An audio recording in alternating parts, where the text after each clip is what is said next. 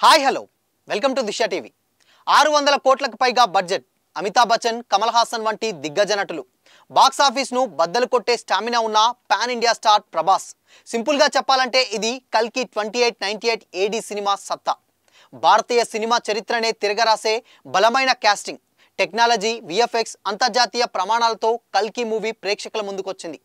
మైథాలజీని science ని fiction తో ముడిపెడుతూ ప్రేక్షకులకి సరికొత్త అనుభూతిని పంచేందుకు డైరెక్టర్ నాగశ్విన్ చేసిన భారీ ప్రయత్నమే ఈ కల్కి ఈ మధ్య కాలంలో ఏ సినిమాకి రానంత బజ్ హైప్ కల్కి చుట్టూ వచ్చేసింది దీనికి ప్రధాన కారణం నాగశ్విన్ తీసుకున్న సబ్జెక్టే అదే కల్కి మరి ఏ సబ్జెక్ట్ నాగశ్విన్ ఎలా హ్యాండిల్ చేశాడు ప్రభాస్ అమితాబ్ బచ్చన్ కమల్ హాసన్ యాక్టింగ్ ఎలా ఉంది ఆడియన్స్ కి నాగశ్విన్ పరిచయం చేసిన సరికొత్త ప్రపంచం ఎలా ఉంది అనేది ఈ వీడియోలో తెలుసుకుందాం అశ్వత్థామ హతకుంభర అనే డైలాగ్తో కురుక్షేత్ర యుద్ధ భూమిలో కల్కి 2898 ఏడి సినిమా మొదలైంది యుద్ధంలో తమ సకల సైన్యాన్ని కోల్పోయినా అనుకున్న తన నాన్నని దూరం చేసుకొని తీరని ఆక్రోశంతో రణభూమిలో రగిలిపోతుంటాడు అశ్వత్థామ తన వాళ్ళు అందరినీ చంపేసిన పాండవులకి వారసుడే ఉండకూడదనే పగతో అభిమన్యుడి భార్య అయిన ఉత్తర గర్భంపై బ్రహ్మాస్త్రాన్ని సంధిస్తాడు అశ్వత్థామ దీంతో ఉత్తర గర్భంలోని శిశువు మరణిస్తాడు ఇది తెలిసి యుద్ధభూమిలోని శ్రీకృష్ణ పరమాత్మ వస్తాడు రాకృష్ణ ఇక మిగిలింది నేనే నన్ను కూడా అంతం చేస్తావో అంటూ శ్రీకృష్ణునిపైనే దాడి చేయబోతాడు అశ్వత్థామ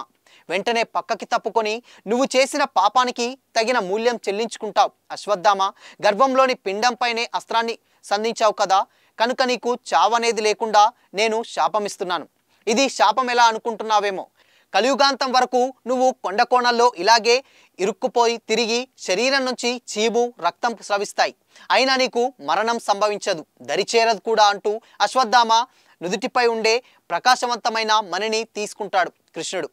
భవిష్యత్ ఎలా ఉండబోతుందనేది ఓ ఊహ దానికి మనం సరిగ్గా ఊహించుకున్నదావచ్చు కానీ ప్రస్తుతం పరిస్థితులకు సరిగ్గా అర్థం చేసుకొని పురాణాల్లో రానున్న దానిపై పరిశోధన చేసి చాలా కష్టపడి 3 సరికొత్త ప్రపంచాలను నాగశ్విన్ సృష్టించాడు కాంప్లెక్స్ కాశీ శంబల ఇలా 3 ప్రపంచాలు రకరకాలుగా ఉంటాయి అయితే కొత్త ప్రపంచాన్ని ఆడియన్స్కి పరిచయం చేసేందుకు నాగశ్విన్ కాస్త ఎక్కువ సమయమే తీసుకున్నాడు ఫస్ట్ హాఫ్ మొత్తం దాదాపు పాత్రల పరిచయానికి ఆ నగరాలు అందులోని జనాల కష్టాలు నీటి గురించే చూపించాడు అక్కడక్కడ కాస్త సరదాగా సంభాషణలతో ఫాస్టెస్ట్ అలా సాగిపోతుంది కథ అయితే ఇంటర్వెల్ ముందు ఓవైపు భైరవ మరోవైపు అశ్వత్థామ మరో యుద్ధానికి సన్నద్ధమవుతున్నారనే సంకేతాన్ని ఆడియన్స్కి ఇస్తూ ఓ హైప్ని క్రియేట్ చేసింది దీంతో ఆడియన్స్ను సెకండ్ హాఫ్లో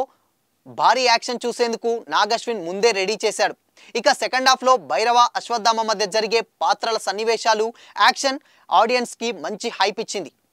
చావు అనేది లేని చిరంజీవి అయిన అశ్వత్థామను మోడ్రన్ టెక్నాలజీ ఆయుధాలు ఉపయోగించి నియంత్రించాలని భైరవ్ చేసే ప్రయత్నాలు పోరాటాలు ఆకట్టుకున్నాయి ఇలా సుమతిని తిరిగి కాంప్లెక్స్లోకి తీసుకెళ్లేందుకు భైరవ్ చేసే ప్రతి ఎత్తును చిత్తు చేస్తూ అశ్వత్థామ చేసే యాక్షన్ కూడా వేరే లెవెల్లో ఉంది ఇక క్లైమాక్స్లో ఎవరు ఊహించని మరో స్థాయి ట్విస్ట్ అయితే నాగశ్విన్ ఇచ్చారు నిజానికి ఈ సినిమాకి ప్రధాన బలం చివరి 15 నిమిషాల క్లైమాక్సే థియేటర్లో సంతోష్ నారాయణ ఇచ్చిన బీజిఎం ఆ సన్నివేశాలు చూసినప్పుడు గూస్ బంప్స్ వస్తాయి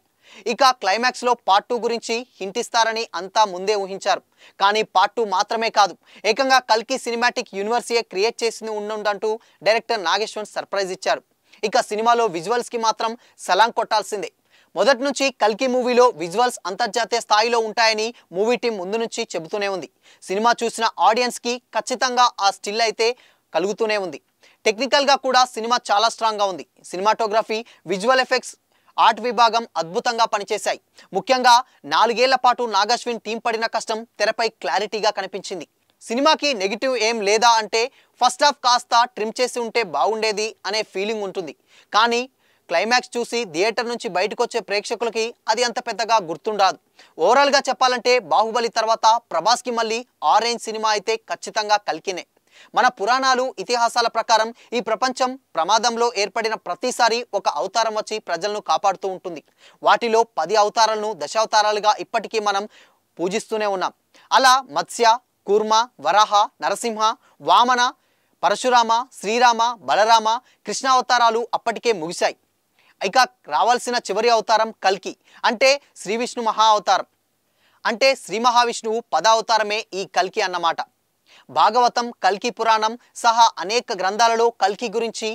వర్ణన ఉంది అధర్మమే అడుగడుగునా కనిపించే కలియుగంలో పాపాలు మరింత శృతిమించినప్పుడు కల్కి అవతరిస్తాడని పురాణాలు చెబుతున్నాయి. మన పురాణాల ప్రకారం 4 యుగాలు కలిపితే ఒక మహాయుగం,